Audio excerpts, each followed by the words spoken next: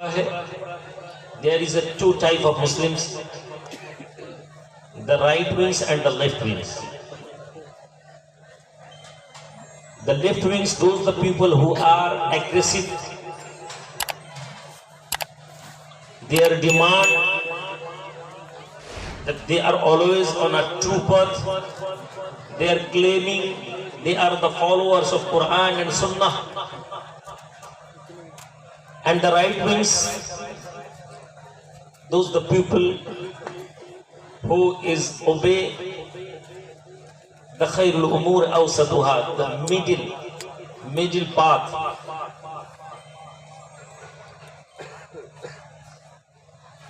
But the power of left wings,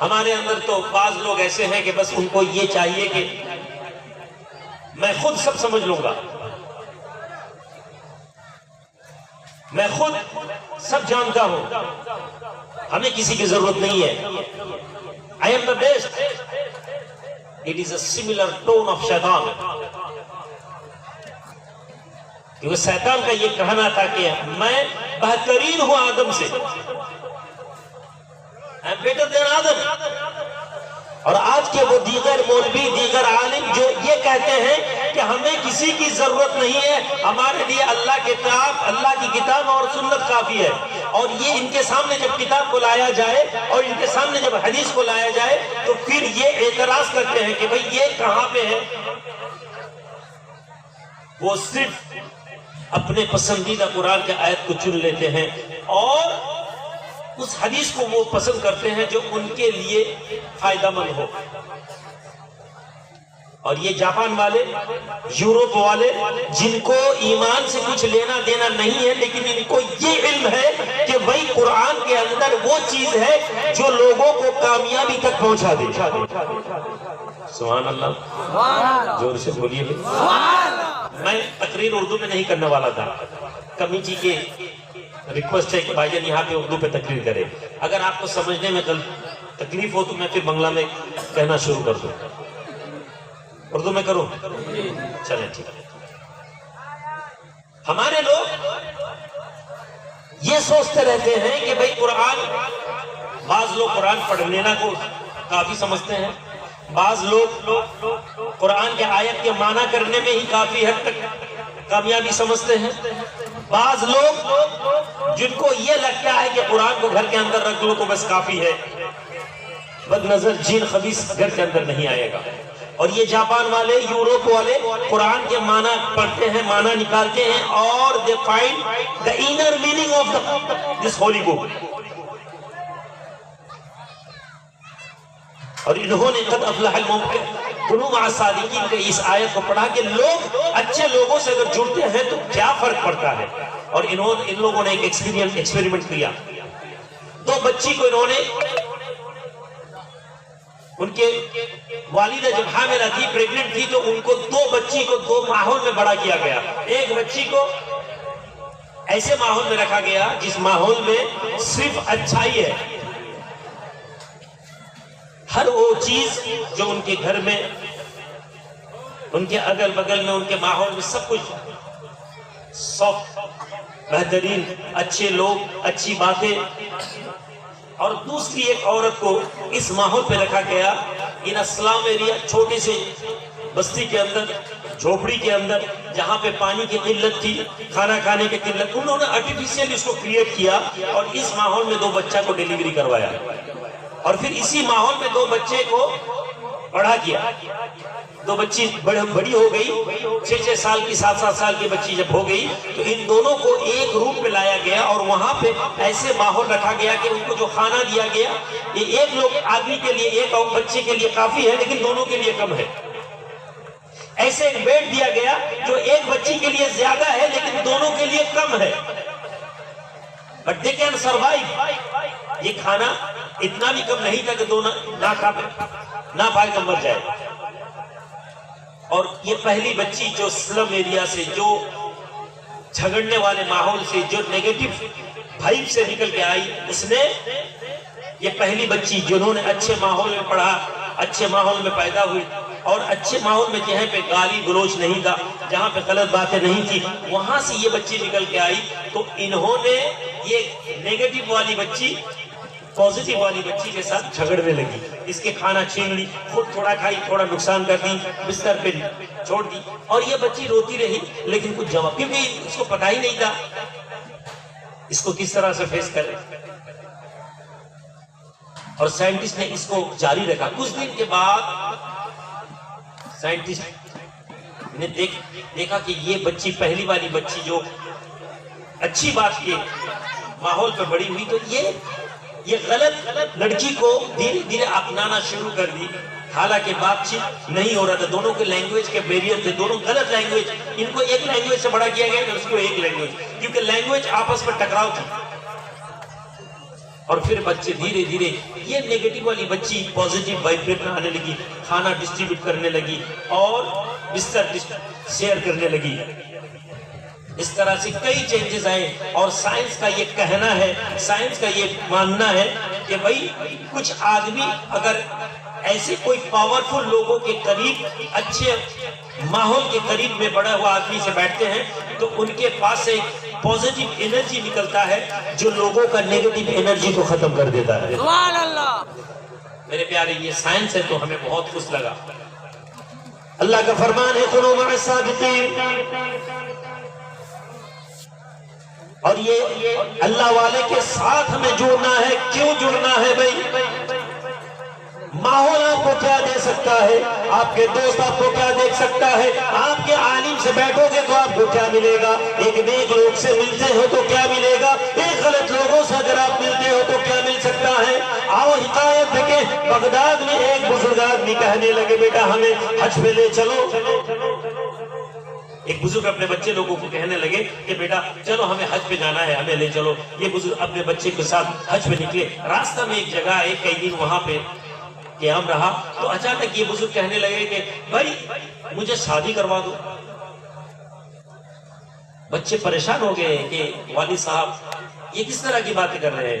آپ تو ضعیف ہو گئے ہیں، آپ تو خود چل نہیں پا رہے ہیں اور آپ کو کس طرح سے شادی کروا دوں؟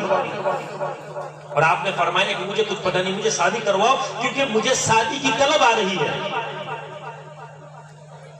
یہ بچے نیک تھے، پریشان ہو گئے تو لوگوں سے مشورہ کیا تو لوگ کہنے لگے کہ بھائی یہاں کے جتنے بزرگ ہیں ایک دو بزرگ سے جاؤ، جا کے ان سے بات کرو اور پوچھو کہ ایسے معاملہ ہے اور میرے والد صاحب تو شادی کے قابل ہی نہیں، وہ کھڑے نہیں ہو پا رہے ہیں، شادی کیسے کریں؟ تو ایک بزرگ کے پاس گیا اور کہنے لگا کہ حضرت یہ معاملہ ہے تو آپ ذرا مشورہ دیں. تو انہوں نے فرمایا کہ فوراً یہاں سے ان کو نکال کے کہیں دور میں رکھو، اس ماحول سے نکال کے دوسرے کوئی گاؤں بھی لے جا کے رکھو، کوئی قبیلے میں لے جاؤ اور دیکھو کوئی اگر فرق ہوتا ہے. اور یہ بچے رات میں ہی اس کے والد صاحب کو لے کے نکل گئے کچھ دور اور دوسرے گاؤں پہ دوسرے محلہ پہ لے کے رکھے. ایک دو دن کے بعد حضرت یہ آدمی بدل گیا، یہ بوڑھا آدمی بدل گیا. تو بچے اب سوال کرنے لگے کہ والد صاحب آپ تو شادی کرنے والے تھے، کیا آپ نے شادی کا تیاری کرو؟ اور آپ غصہ ہو گئے کہ یہ کس طرح کی بےہودہ باتیں کر رہے ہو؟ ارے بھائی میں شادی کے لائق ہوں، میں اس عمر میں ہوں کہ میں شادی کروں، تم استثناء سے بات کر رہے ہو. تو بچے کہنے لگا کہ آپ تو کہتے تھے. میں کب کہا؟ آپ تو کہتے تھے کچھ دن پہلے وہاں پہ تھے. مجھے پتا نہیں ہے. تو بچہ پریشان ہو گیا کہ کچھ دن پہلے یہ آدمی وہاں بول رہا تھا کہ مجھے شادی کرنا ہے، پھر یہاں سے یہاں آیا اور پھر کہتا ہے چلو وہیں پہ جاؤ بزرگ کے ساتھ. حضرت میرے والد صاحب کے پاس گئے اور یہاں پہ یہ معاملہ ہوا تو آپ نے فرمایا دیکھو اس محلہ میں زیادہ تر بزرگ لوگوں کا دو دو شادی ہے. تو یہ ہو سکتا تھا کہ اس ماحول کا، اس محلہ کا ایک چیز ہے جس کے ماحول کے آنے کی وجہ سے تمہارے والد صاحب کے اندر بھی اس کا اثر پڑنے لگا. اس لیے میں نے کہا کہ باہر لے جاؤ. اب مجھے بھی یقین ہے کہ اس ماحول کے جو اثر ہے وہ تمہارے باپ کے اندر جا رہا تھا. اے میرے پیارے ماحول تمہیں بدلتا ہے. اللہ کے ولی کے ماحول پہ آ کے بیٹھو، اللہ کے ولی کے درگاہ پہ آ کے بیٹھو، اللہ والے کے نزدیک آ کے بیٹھو، اللہ تمہارے قلب کو بدل دے گا، اللہ تمہارے قلب کو بدل دے گا. اور وہ مولوی کے پاس جا کے بیٹھو جو مولوی ہر وقت یہ کہتا ہے کہ بھائی اللہ کے علاوہ کوئی نہیں دینے والا ہے، اور اسی مولوی کو 100 500 کے نوٹ دو، دیکھو لپک سے ہاتھ نکال دیتا ہے. وہ مولوی کو 1000 روپیہ دو، ابھی ہاتھ پھیلا دے گا اور وہ کہنے لگے گا کہ بھائی دینے کا مالک اللہ ہے. ہمیں کوئی اعتراض نہیں ہے، ہم اپنے مرید سے پیسہ لیتے ہیں، یہ کہنے میں ہمیں اعتراض نہیں ہے. تم چندہ لیتے ہو مدرسے کے نام پہ، عرب سے پیسہ آتا ہے، دیگر ملک سے پیسہ آتا ہے، کہاں کہاں سے پیسہ آتا ہے یہ لوگوں کو پتا ہے. میں یہ کہنا نہیں چاہتا. تمہیں مزار کے 100 روپیہ میں تمہیں غصہ آتا ہے، یہودی اور نصارہ کے لاکھ روپیہ سے تمہیں کوئی اعتراض نہیں ہے. تمہارے اور ہمارے اندر فرق یہی ہے کہ ہم اللہ والے سے اس لیے جڑتے ہیں کہ اللہ والے کو ہم اس لیے مانتے ہیں کہ اللہ تک ہمیں پہنچنا ہے.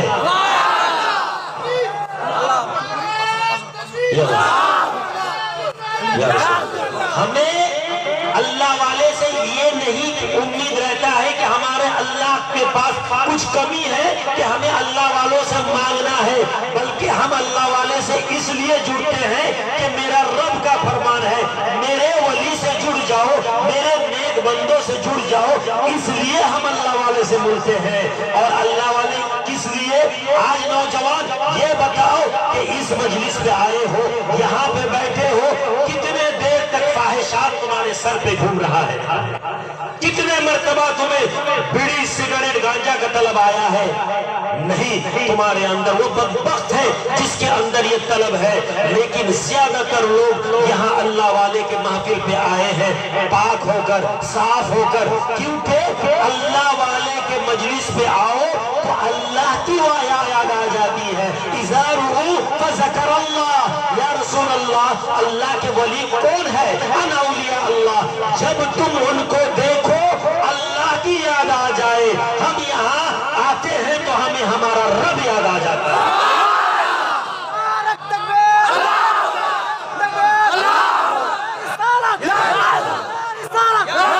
تم ہمیں شرک کے اندر مبتلا کرنا چاہتے ہو، تم چاہتے ہو کہ تمہیں یہ کہہ دوں کہ ہم یہاں آتے ہیں شرک ہو جاتا ہے، اور ہم تمہیں یہ بتاتے ہیں کہ ہمارے عقیدہ کسی لوگ سے، کسی مولوی سے، کسی عالم سے نہیں ہے۔ ہمارا عقیدہ یہاں شروع ہوتا ہے، ہمارا عقیدہ علی سے ملتا ہے، اور وہ علی ہمیں اللہ کے نبی تک پہنچا دیتا ہے۔ انا علم المدینہ وعلی بابها، میں وہ علم کا نگری ہوں، میں وہ علم کا شہر ہوں جس شہر کے اندر داخل ہونے کے لیے علی نام کے دروازہ سے داخل ہو، ہم علی تک پہنچتے ہیں، علی ہمیں رسول اللہ تک پہنچا دیتا ہے۔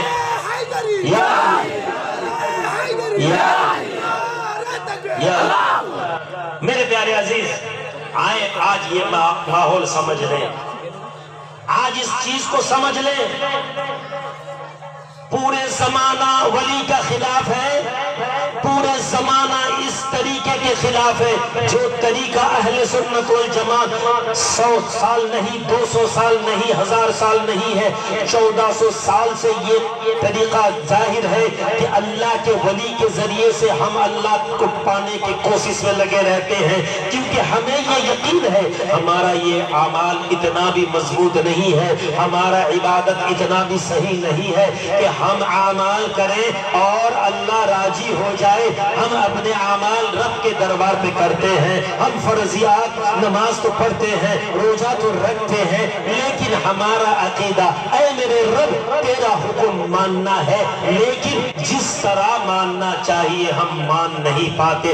آپ کا فرمان ہے حقا تقاتی یا ایھا الذین آمنوا اتقوا اللہ، اے ایمان والو ڈرو اللہ سے، کس طرح حقا تقاتی، جس طرح اللہ سے ڈرنا چاہیے۔ ولا تموتن الا وانتم مسلمون، اے ایمان والو مسلمان نام بن کر مرو مت، جب تک نہ تم خود کو مسلمان بنا لیتے ہو، مرنا نہیں ہے تمہیں، حالانکہ موت رب تیرے ہاتھ میں ہے۔ اے میرے آقا، اے میرے رب، ہم تیرے درگاہ پہ آئیں گے، قیامت کے دن ہمیں اٹھایا جائے گا، اور ہم یہ کہیں گے کہ اعمال تو نہیں ہے،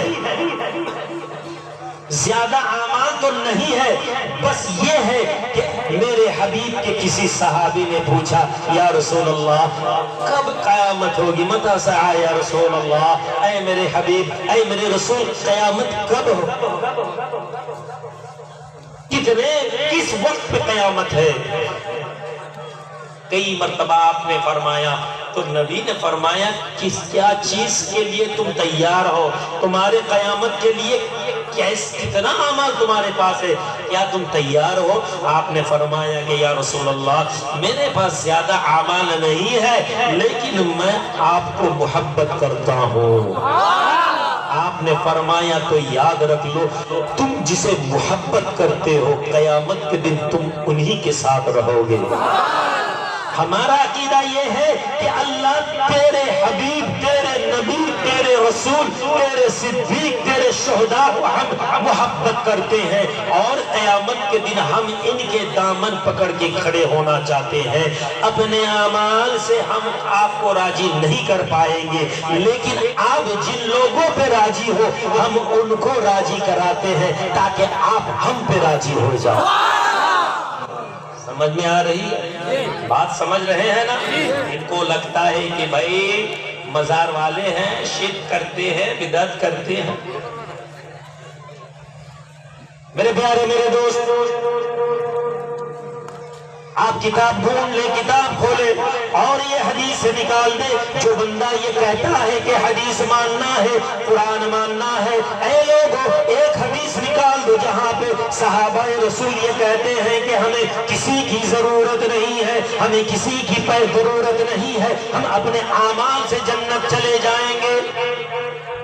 ایک بھی صحابہ کو نکالو اور یہ کہو کہ یا رسول اللہ آپ کی ضرورت نہیں ہے، یا رسول اللہ ہمارے پاس ہمارے نماز ہے، ہمارے پاس ہمارے روزہ ہے، اور اسی نماز اور روزے کے ذریعے پہ ہم جنت چلے جائیں گے۔ ایک بھی صحابی کو نکال دو۔ اور میں آپ کو یہ بتاتا ہوں، صحابی پوچھ رہے ہیں یا رسول اللہ قیامت کے دن بہت لوگ پریشان رہیں گے، تو آپ کو کہاں میں ڈھونڈوں؟ ذرا بولو، بات سمجھ نہیں آ، مجھے پتا ہے کہ آپ سمجھ نہیں پا رہے ہو۔ سمجھ پا رہے ہو تو پھر جواب کیوں نہیں مل رہا ہے؟ بنگلہ میں کہتا تو بھئی ابھی سبحان اللہ کے نعرے لگا دیتا۔ صحابہ کا سوال ہے آقا سے، یا رسول اللہ قیامت کے دن ماحول اتنا پریشان رہے گا، ہر لوگ نفسی نفسی کریں گے، ہمیں آپ کو طلب کرنا ہے، آپ کو ڈھونڈنا ہے، یا رسول اللہ آپ کو کہاں ملے گا؟ صحابہ کا یہ عقیدہ نہیں ہے کہ قیامت کے دن میں اپنے اعمال لے کے رب کے درگاہ پہ کھڑا ہو جاؤں، بارگاہ الہی پہ کھڑا رہوں اور کہوں کہ میرے رب میں نے دنیا پہ یہ اعمال کیا۔ صحابہ کو پتا ہے کہ رب کو راضی کرانا ہے تو رسول کے ساتھ ہی کھڑے ہونا ہے۔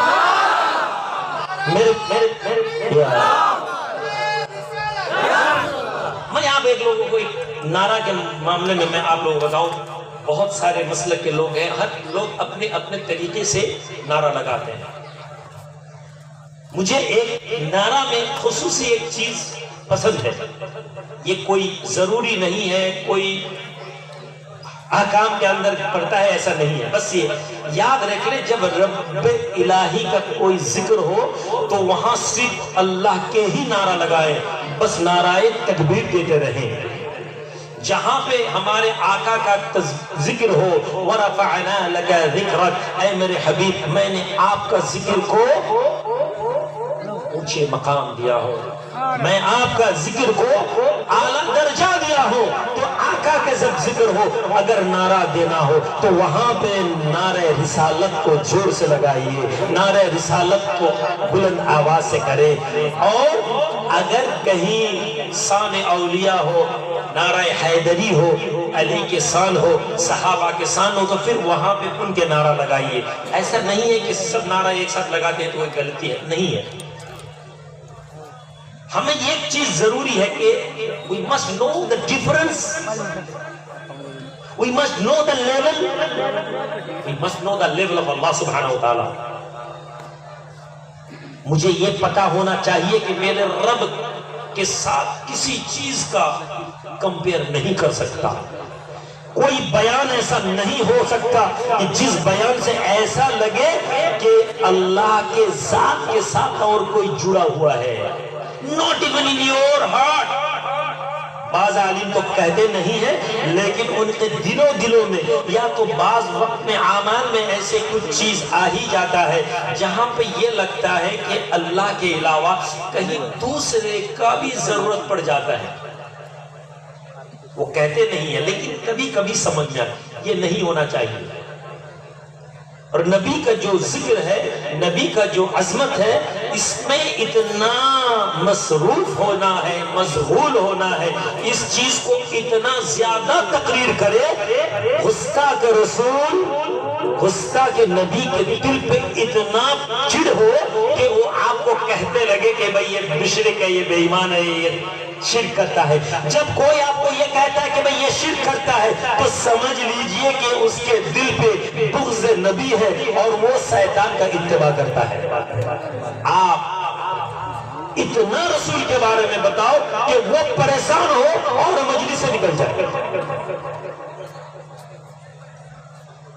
تو ہم یہاں پہ اس لیے نہیں ہے کہ اللہ والے کے مجلس کے ذکر پہ یا اس لیے بیٹھتے نہیں ہیں کہ اللہ والوں سے ہمیں کچھ ذاتی طلب ہے جو اللہ کے پاس نہیں ہے. یہ ہمارا عقیدہ نہیں ہے. کسی کے عقیدہ ہاتھ کھڑا کرے کہ بھئی ہاں ہمیں یہ عقیدہ ہے کہ اللہ کو چھوڑ کر دوسرا کوئی ہمیں کچھ دینے والا ہے. نہیں ہے. اہل سنت والجماعت کے زیادہ تر لوگ نہیں، اور بعض لوگ کبھی ہاتھ اٹھا دیتے ہیں تو غلطی ہے. اب ان کو دہرائیے سوال. ایموشن میں چلتے ہیں نا، ہاتھ اٹھانا ہے اٹھا دیا، سمجھیے کہ پہلے. لیکن یہ ان کو پوچھئے دوبارہ، اگر سمجھ کے بعد کہتے ہیں تو پھر کہیں گے نہیں اللہ کے ساتھ تو کسی کا صرف نہیں. میرے پیارے عزیز، میرے دوستوں، اپنے زندگی پہ اللہ والوں کے اس لیے اللہ والے کی صحبت کی ضرورت ہے. جب کوئی بندہ اللہ کے نیک بندوں سے، اللہ کے ولی سے مل جاتا ہے، اللہ کے نیک بندوں سے نسبت رکھتا ہے، وہ آدمی کیا ملے گا؟ اللہ کا فرمان ہے قیامت کے دن ایک گروہ کے لوگ جو جہنمی ہو جائیں گے، اللہ کے نیک بندوں، اللہ کے ولی لوگ ان لوگوں کو جنت لے جائے گا. میرے حبیب، آپ جس کو چاہتے ہیں جنت دے، نبی تو جنت دیں گے ہمیں. ارے میرے بھائی، میرے پیارے، اللہ کے نبی کو چھوڑ کر آپ اگر ڈھونڈتے ہو اللہ کے ولی، خواجہ معین الدین چشتی اجمیری، ہند ولی بابا غریب النواز معین الدین چشتی رحمت اللہ علیہ سے لے کر تمام علماء ہند جتنے ہیں، اولیاء ہند جتنے ہیں، اللہ کا فرمان ہے کہ اللہ کے نیک بندہ تمہارے لیے جنت کا سفارش کرے گا.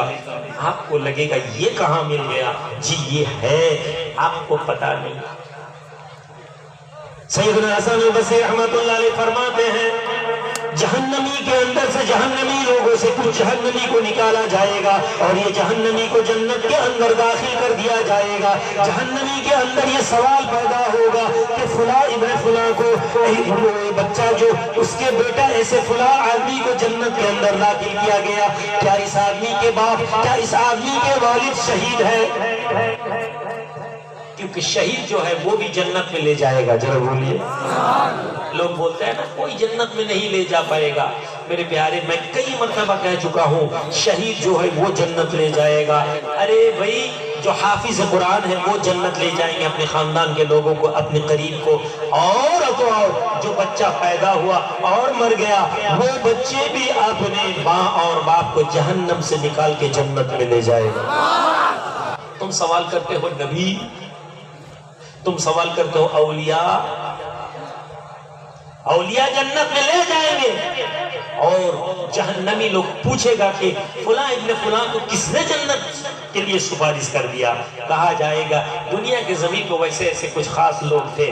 اب وہ آواز دے کے کہے گا ہائے ہائے وما لنا من الشافعین، آج تو ہمارے لیے کوئی سفارش کرنے والا نہیں ہے، کوئی سفارش کر دے ایسا تو لوگ نہیں ہمارے بیچ میں. ولا صدیق حمیم، ہائے ہائے ہمارے بیچ میں تو کوئی اچھے دوست بھی نہیں ہے. تمہارے پاس موقع تھا کہ تم اللہ کے ولی سے جڑ جاؤ، تمہیں اللہ کے ولی سے بغض ہے، تمہیں اللہ کے ولی کے بادشاہ میں تمہیں ناپسند ہے. اے پیارے، تمہارے جو تم کہتے ہو قرآن اور سنت کے مطابق چلنا ہے. آؤ حدیث کھولو اور دیکھو اللہ کے نبی کا فرمان. جو لوگ یہ کہتے ہیں کہ اللہ والے کے مزار نہیں جانا ہے، اللہ والے کے مزار جانے سے شرک ہو جائے گا، اللہ کے نیک بندے سے بغض رکھتے ہیں، سنو اللہ کا نبی کا فرمان ہے حدیث قدسی، جس نے ہمارے ولی سے عداوتی کیا، من عدا لی ولی فقد اعظمت بالحرب، اے لوگوں دنیا کے زمین پہ جس نے میرے ولی سے عداوتی رکھا، اے بندو تم پیر کے خلاف ہو، تم اللہ والے کے خلاف ہو، تم خواجہ معین الدین چشتی کے خلاف ہو، تم عبد القادر جیلانی کے خلاف ہو، تم حسن البصری کے خلاف ہو، تم خواجہ بہاؤالدین نقشبندی کے خلاف ہو، تم معین الدین چشتی کے خلاف ہو، تم حضرت صاحب ولی اللہ محدث دہلوی کے خلاف ہو، تم امام اعظم امام ابو حنیفہ کے خلاف ہو، تم امام شافعی کے خلاف ہو، تم احمد ابن حنبل کے خلاف ہو، تم امام چار امام کے ایک امام مالک کے خلاف ہو، یاد رکھ لو ان بندوں کے مخالف ہونا اللہ کے مخالف ہونا۔ من عدا علی ولی فقد اعظمت بالحرب، جس نے میرے ولی کی مخالفت کیا، جو میرے ولی کے مخالف میں ہوگا، میں اللہ اس کے خلاف لڑنے پہ اتر جاؤں گا، میں اس بندے کے خلاف لڑوں گا۔ اور بندہ ولی کیسے بنتا ہے؟ بندہ ولی کیسے بنتا ہے؟ نبی کے فرمان ہے، اللہ کے زمین پہ کچھ لوگ ایسے بھی ہیں جو فرض عبادت چھوڑ کر، یعنی فرض تو پڑھتے ہیں، سنت تو پڑھتے ہیں، نوافل تو پڑھتے ہیں، اور آپ کو ایک چیز یہ بھی بتا دوں، یہ گروہ جو حق کے خلاف ہے، آپ ان کے کچھ اعمال دیکھیں، ایک تو ان کو عبادت میں کوئی دلچسپی نہیں ہے۔ ایک اللہ والے کے درگاہ پہ جاؤ، ایک پیر کے مجلس پہ بیٹھو، وہاں پہ تمہیں یہ ملے گا کہ تم وہاں فرض تو چھوڑو، تمہیں سنت اور نوافل کے بھی اہمیت کو سمجھایا جائے گا، اور تم ان کے مجلس پہ بیٹھو جس مجلس پہ یہ کہا جاتا ہے کہ قرآن اور حدیث کو پکڑنا ہے، اور ان کے نماز میں کھڑے ہو جاؤ، تمہیں پتہ چلے گا کہ نماز کے اندر خشوع اور خضوع چیز کی کتنے کمی ہے۔ یہ فرض پڑھتے ہیں، سنت اگر جی چاہتا تو پڑھتے ہیں، نوافل تو ان کے اعمال پہ دکھنا بہت مشکل ہو جاتا ہے۔ تم جاؤ اور مل لو یہ چیز کو، تم ان کے مجلس میں بیٹھو، غیبت، تم کو ان کے خلاف مخالفت، حسد اور بغض نظر آئے گا۔ اللہ والے کے مجلس میں بیٹھو اور تمہیں کیا ملے گا یہ یاد رکھو۔ اللہ والے کیسے اللہ والے بنتے ہیں؟ زمین پہ وہ اتنا عبادت کرتے ہیں، فرض عبادت چھوڑ کے سنت، نفل اور بھی دیگر اعمال اتنا کرتے ہیں کہ وہ اس مقام تک پہنچ جاتے ہیں۔ نبی کا فرمان ہے کہ اللہ کہتا ہے وہ بندہ جب کسی چیز کو پکڑتا ہے ہاتھ سے، وہ ہاتھ بندہ کا تو ہوتا ہے لیکن میں اللہ اس کا ہاتھ بن جاتا ہوں۔ وہ بندہ جب کسی چیز کو دیکھتا ہے، وہ تو دیکھتا ہے لیکن وہ دیکھنا میں اللہ میرا ہو جاتا ہے۔ وہ زبان سے کہتا ہے لیکن وہ کہنا میرا ہو جاتا ہے۔ اللہ کے نبی کا فرمان ہے، اللہ کے ولی کون ہے، اللہ کے محبوب کون ہے؟ نبی کا فرمان ہے کسی بندہ کو اللہ اگر پسند کرتے ہیں، فندا جبریل، آواز دیتا ہے میرے مولا فرشتہ ادھر آؤ۔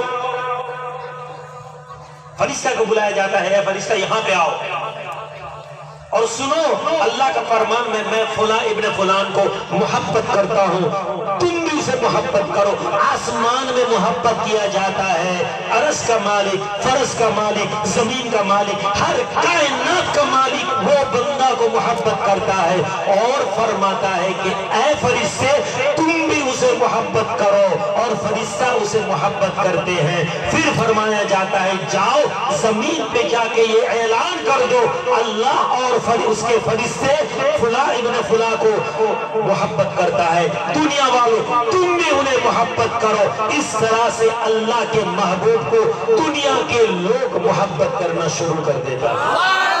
ہمارا محبت ولی کا اس لیے ہے کہ اللہ کا حکم ہمیں ہے کہ تم میرے ولی سے محبت رکھو، اس لیے ہم اللہ کے حکم پہ قائم ہیں۔ میرے پیارے عزیز، میں اس ٹانگی بابا کے مجلس کو، میں آپ لوگوں کو میں کئی سالوں سے میں یہ بتاتا ہوں، میں میرے اڑیسہ کے بھائی لوگوں کو میں تہہ دل سے شکر گزار ہوں، کیونکہ باطل اس چیز پہ اتنا مضبوط ہے، اس چیز میں ان کا اتنا زیادہ کام چل رہا ہے کہ امت کے نوجوانوں کے دل سے اللہ اور اس کے رسول کے محبت کو نکالو، کچھ سلوگن ڈال دو اندر میں، قرآن ماننا ہے، حدیث ماننا ہے، بس یہ سلوگن ڈالو، ان کو عبادت کرانے کی ضرورت نہیں ہے۔ اور دوسری یہ چیز ہے کہ اللہ کے ولی کے غلامی سے نکالو، تاکہ شیطان کا کام ان پہ حاوی ہو جائے۔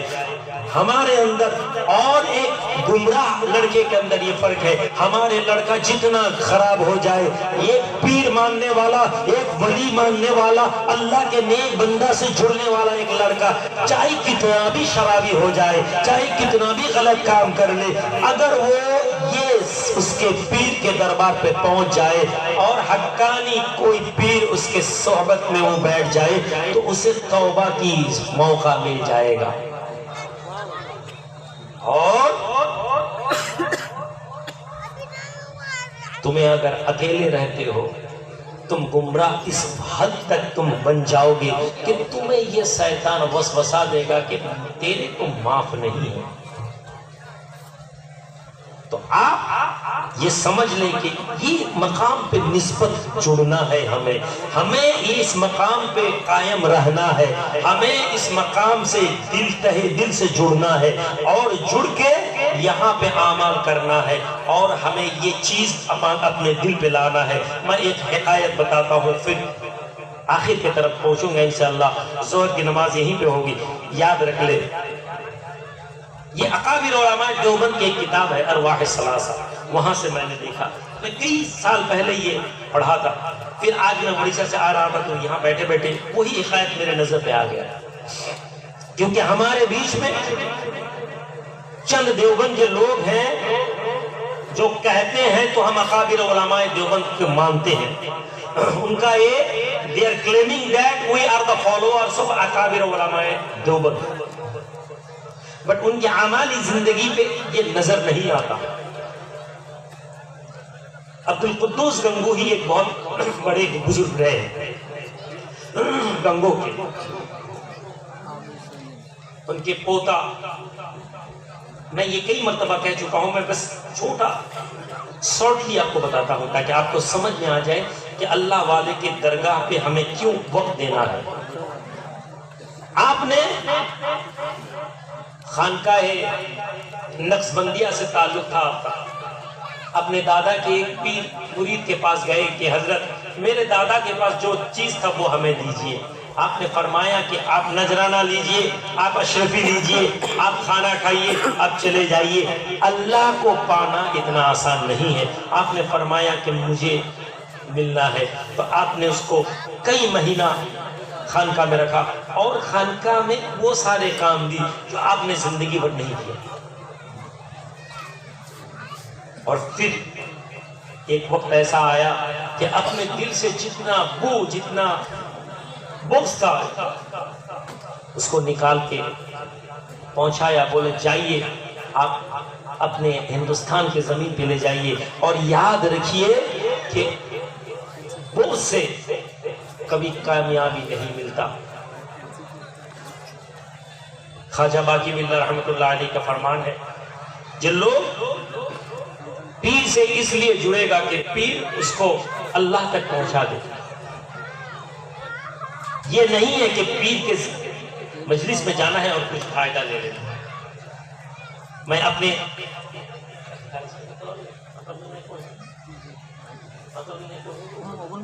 ایک درود صرف اللہم صلی علی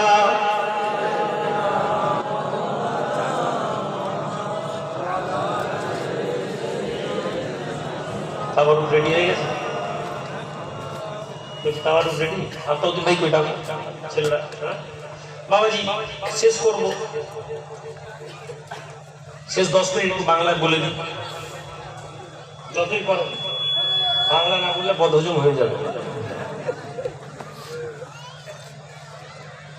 আপনারা এই মজলিসকে কায়েম রাখেন। আমি বিশেষ করে যুবক ছেলেদের উদ্দেশ্যে বলবো, বলছি তোমাদেরকে এই মজলিসে তোমাদের কিছু জিম্মেদারি আছে, এটা মাথায় রাখো। তোমাদের অর্থ, তোমাদের সম্পদ, তোমাদের দান তোমাদেরকে গরিব করবে না। আল্লাহ রাসূল সাল্লাল্লাহু আলাইহি ওয়াসাল্লাম বলছেন যে যে ব্যক্তি দান করে as-সাদাকাতু তুরিতুল বালা, দান তোমাদের বিপদকে নষ্ট করে দেয়। একটা ছোট্ট সুলাইমান আলাইহিস সালামের একটা হিকায়াত শোনাই, তাহলে তোমরা বুঝতে পারবে যখন দান করবে কোনটা করবে না। নবী সুলাইমান আলাইহিস সালাম এই তাওয়ারুক রেডি হয়ে গেছে, তাওয়ারুক রেডি,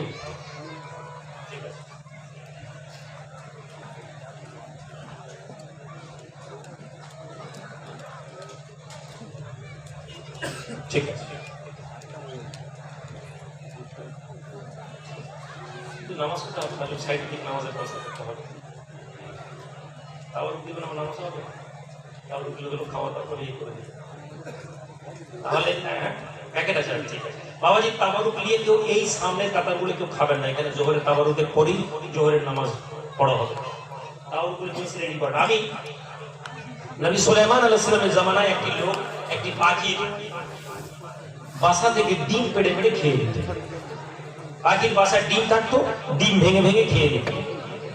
পাখিটি কষ্ট পেতে একদিন নবী সুলাইমানকে এসে অভিযোগ করলো, এই নবী সুলাইমান, আপনি সমস্ত পাখি পশুদের আপনি ভাষা জানেন।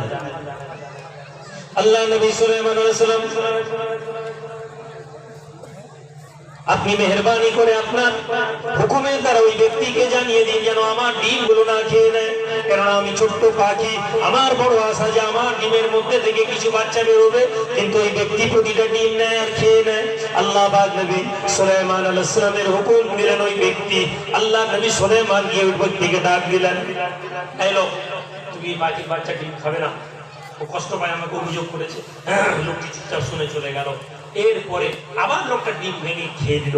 পাখিটা এসে নবী সুলাইমানকে এসে বললো যে হুজুর, আবার ওই লোকটি আমার গাছে উঠে আমার ডিম খেয়ে দিয়েছে। নবী সুলাইমান রেগে গেলেন, বললেন এই দুটো জিনকে পাঠালেন, যা ও যখনই ডিম পাড়বে গাছে উঠবে ওকে তুলে গাছ থেকে ফটকান মেরে নিজে ফেলে দিল। আল্লাহ নবী সুলাইমানের হুকুম হয়ে গেল, পাখি ডিমে চলে গেল, আর আমার ডিমের কোনো ক্ষতি নেই, ডিম দিয়ে এলো।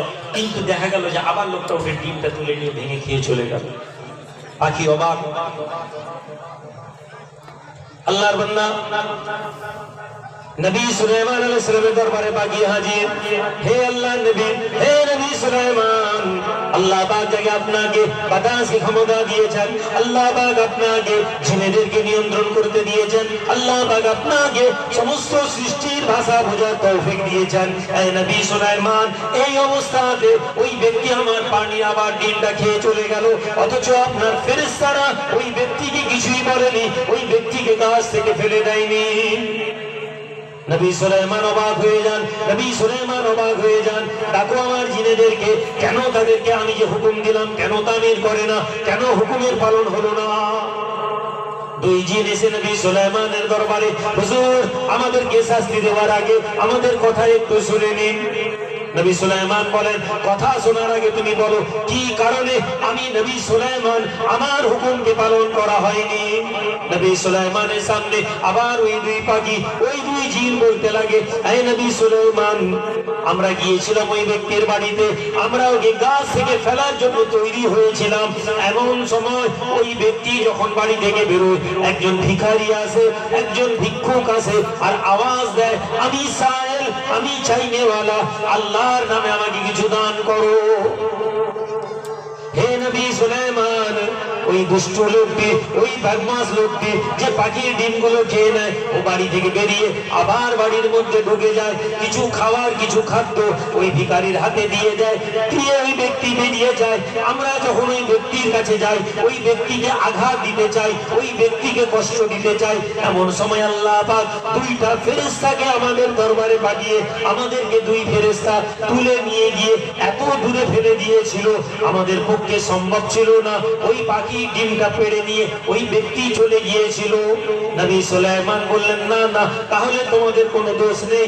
এ পাখি, ওই ব্যক্তি আল্লাহর রাস্তায় দান করেছে, আর আল্লাহ পাক রাস্তায়, আল্লাহর রাস্তায় যারা দান করে, আল্লাহ পাক তাদের হেফাজতের দায়িত্ব নিয়ে নেন। আল্লাহর জমিনে যদি আপনি দান করেন, নবীজি এর জন্য বলছেন, as-সাদাকাতু তুরিতুল বালা, সাদকা তুমি করলে তোমার বালা মুসিবত দূর হয়ে যাবে। ফুযাইল ইবনে আয়াজ রাহমাতুল্লাহ আলাইহি, ফুযাইল ইবনে আয়াজ ডাকাত ছিলেন, ডাকাতি করতেন প্রথম জীবনে, কখনো ধরা পড়েননি।